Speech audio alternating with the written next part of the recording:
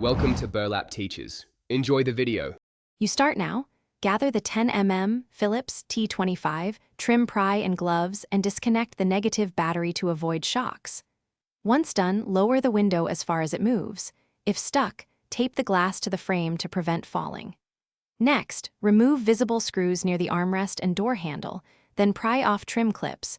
Work around the panel edges slowly so clips don't break. Make sure to lift the panel away from the door and unplug any electrical connectors before fully removing it.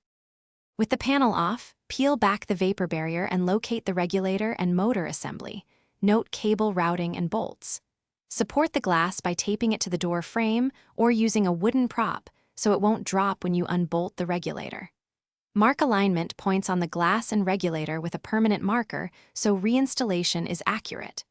Remove the motor and regulator bolts. If the motor's suspect, apply 12V briefly to its connector to test rotation. Do this carefully. With the battery disconnected, install the replacement regulator and motor, aligning the glass to the marks you made.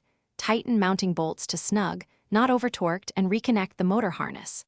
Once connected, restore the negative battery and cycle the window up and down 3 times so the regulator and switch adapt to limits. Make minor alignment tweaks if the glass binds. Reinstall the vapor barrier, then the door panel and screws. If the window still won't move, check the fuse. Test the switch and apply 12V directly to the motor to isolate the fault. Thanks for watching. Consider subscribing if this video helped you.